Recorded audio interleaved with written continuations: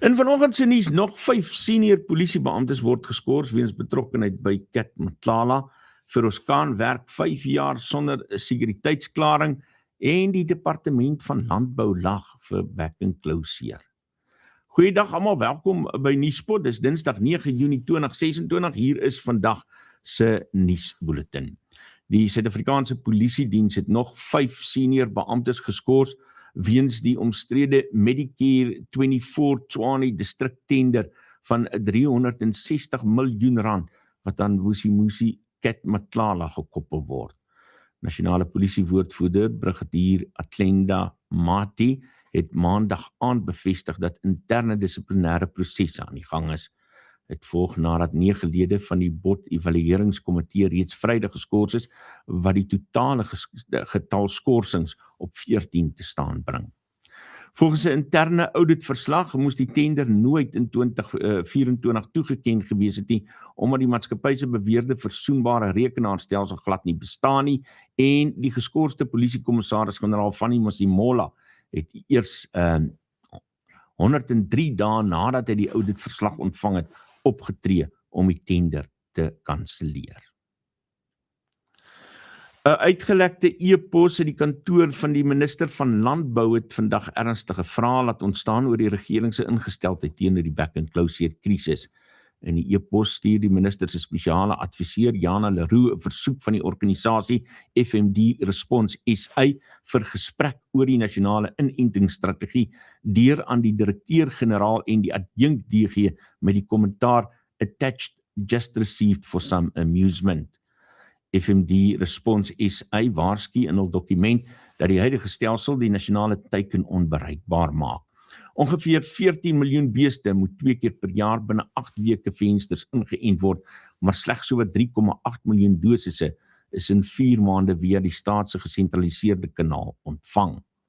Hulle wys ook op ernstige bottelnekke by depots en verspreiding, ten spyte daarvan dat privaat veeartse tot 50.000 diere per dag kan inent wanneer inentstowwe hulle betyds bereik. Die toon van die e-pos staan in skrille kontras met die ministerie se openbare verklaringe oor die erns van back and closure en die noodsaak van samewerking met die sektor.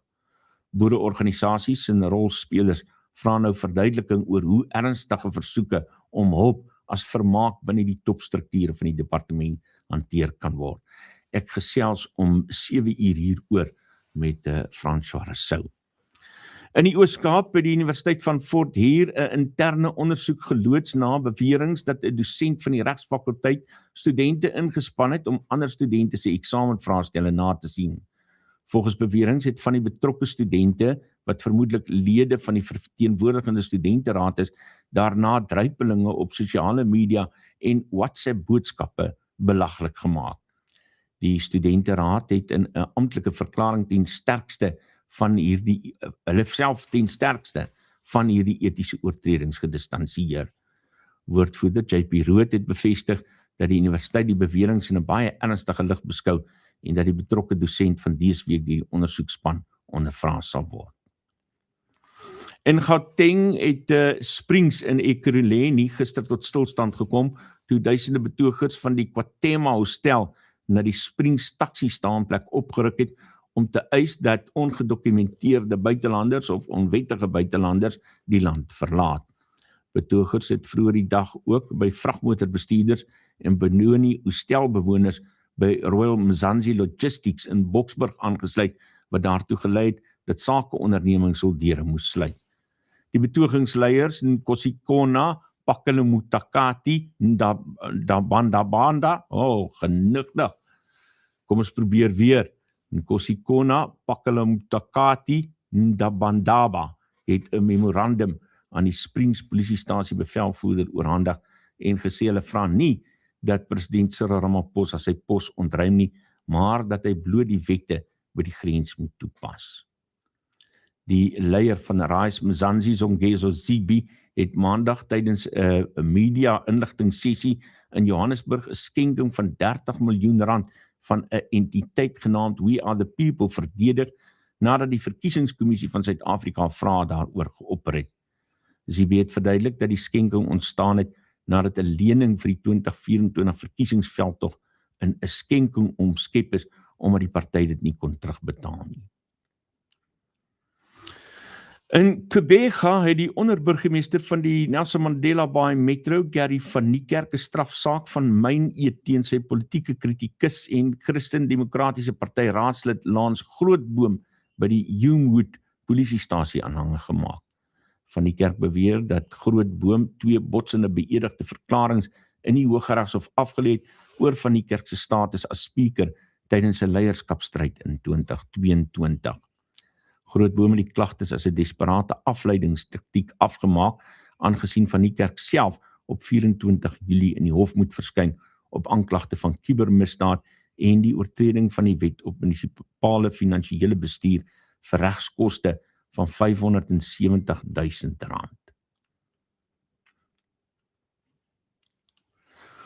Hofstukke wys dat die adjunkhoof van misdaadintelligensie, generaal-majoor Feroz Khan, vir meer as 3 jaar sonder 'n geldige sekuriteitsklaring gewerk het, nadat dit reeds op 9 Mei 2023 verval het. Dit is onthul in 'n beëdigde verklaring deur brigadier Moloko Simon Sibola, nadat Khan gepoog het om 'n deursoeking van sy huis in Houghton deur 'n spesiale polisieeenhede te betwis. Die Matlanga Kommissie, waar Khan op 1 Julie moet verskyn oor sy beweerde betrokkenheid by 'n skandaal van 715 kg kokain in Arrowton in 2021, het bevestig dat Khan sy dringende aansoek om die hofverrigtinge agter geslote deure te hou laat vaar het. In Kaapstad is 'n polisiekonstabel gister omstreeks 2 uur ernstig beseer nadat hy buite die Delft polisiestasie se gemeenskapsdienssentrum deur 'n man met 'n byl op sy kop gekap is. Polisiewoordvoerder kolonel André Trout sê 'n kollega het waarskuwingsskote afgevuur waarna 3 verdagtes, 2 mans van 23 en 25 jaar oud en 'n 23-jarige vrou in 'n gekoördineerde jaagtog deur die polisie en wetstoepassingsbeamptes vasgetrek is. Die provinsiale minister van polisie, toesig en gemeenskapsveiligheid, Andrew Maree, het die aanval ten sterkste veroordeel as 'n direkte aanval op die gesag van die staat en 'n spoedige herstel vir die konstabel toegewens. Die onafhanklike kommunikasie-owerheid van Suid-Afrika, die beleidsrigting van die minister van kommunikasie en digitale tegnologie, Solly Malatsi, om die 30% swart ekonomiese bemagtigingsreël vir telekommunikasielisensies te wysig verwerp. Malatsi wou die reël belyn met die bemagtigingskode om buitelandse maatskappye soos Elon Musk se Starlink toe te laat om deur alternatiewe beleggingstransformasieteikens te bereik. Die reguleerder het egter verklaar dat dit 'n wetswysiging van die wet op elektroniese kommunikasie sal vereis. Die voorsitter van die parlementêre portefeulje komitee, Kusela Diko, het reeds aangedui dat sy plan die plan teenstaan en gesê dat wette nie vir 'n enkele maatskappy verander hoef te word nie. Die polisie het 'n 28-jarige buitelandse man in Zwelitsha naby Oos-London in verband met 'n massamoord verlede week in Gqeberha in hegtenis geneem. 4 jong mans is Woensdag omstreeks 1:30 die middag in 'n huis in Menenga Straat in Motherwell doodgeskiet. Die polisie het op die toneel afgekom waar 4 slagoffers met skietwonde aan die kop in die sitkamer gelê het, waarvan 2 reeds dood was, terwyl 'n 5de slagoffer bewusteloos was en in 'n slaapkamer gevind is. In nog 'n skietvoorval in Gqeberha is 4 mense, onder wie 3 vroue, Saterdag aand omstreeks 8:45 in Isinyoka in Kwadwesi doodgeskiet. 4 gewapende mans met klapmisse het die huis betree, geld geëis en die slagoffers gedwing om hulle bank-apps op hulle selfone oop te maak voordat hulle losgebrand het en met die selfone gevlug het. 2 ander vroue veg tans vir hul lewens in die hospitaal. Die provinsiale minister van gemeenskapsveiligheid en vervoer, Xolile Ngata, het sy diep kommer oor die herlewing van massaskieterye uitgespreek en die polisie gevra om alles in hul vermoë te doen om die moordenaars op te spoor.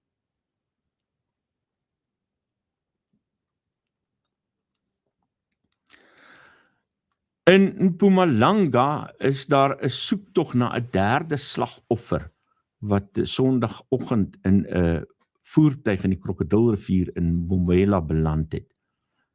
Ek verstaan uit die nuutste nuus uit dat die derde slagoffer glo gevind is. Maar julle sal onthou dat ons gister gesê het, die lyke van 'n 20-jarige man en 'n jong vrou is reeds Sondagmiddag deur die polisie se soek- en reddingseenheid uit die water gehaal.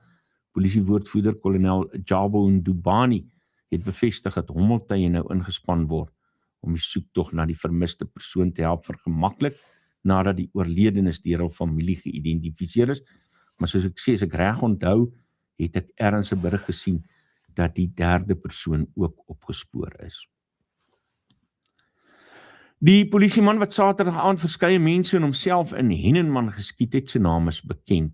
In White's nedersetting naby Hennenman het Santelo Molefe, 'n 47-jarige koördineerder vir landelike veiligheid, sy meisie se ma, die Makatsu Mokoke, haar broer Mokwetsi Tamai en haar suster Maritaba Mosimani doodgeskiet. Molefe het Saterdag aand na sy meisie gesoek en nadat hy in 'n woordewisseling met haar familie betrokke geraak het, het hy op hulle losgebrand en ook vir Willem Willems en Tlatkegu Batla gewond. Molefe het daarna homself met sy dienspistool in 'n polisievoertuig doodgeskiet en die saak word deur die onafhanklike polisie ondersoekdirektoraat se woordvoerder Palati Shuping ondersoek. In 'n belangrike hofuitspraak in Pretoria het Sakeliga bevel gekry wat bepaal dat internasionale lugrederye nie meer aan swart ekonomiese bemagtigingsvereistes hoef te voldoen om lisensies in Suid-Afrika te bekom of te hernie nie.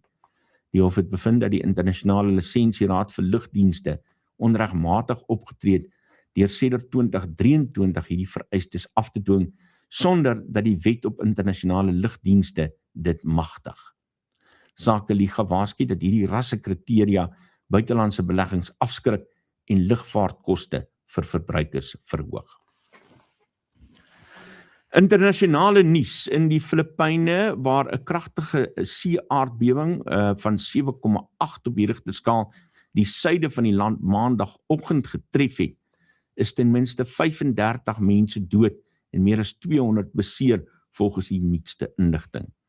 Die aardbewing het 'n tsunami van 1 meter in Sarangani provinsie veroorsaak en 'n grondverskywing in Glan het 13 mense se lewens geëis. President Ferdinand Marcos Jr. het klasse gekanselleer terwyl reddingsspanne in die hawestad General Santos na vermiste mense soek nadat verskeie geboue in mekaar gestort het. In die Midde-Ooste het Israel en Iran gister hul lugaanvalle opgeskort nadat hulle vir die eerste keer sedert die April skietstilstand direk op mekaar gevier het. Die nuwe konflik het uitgebreek nadat Israel teikens in die sentrale en westelike dele van Iran, sowel as in Beirut getref het, waarna Iran met missielaanvalle op 2 Israeliese militêre basisse gereageer het.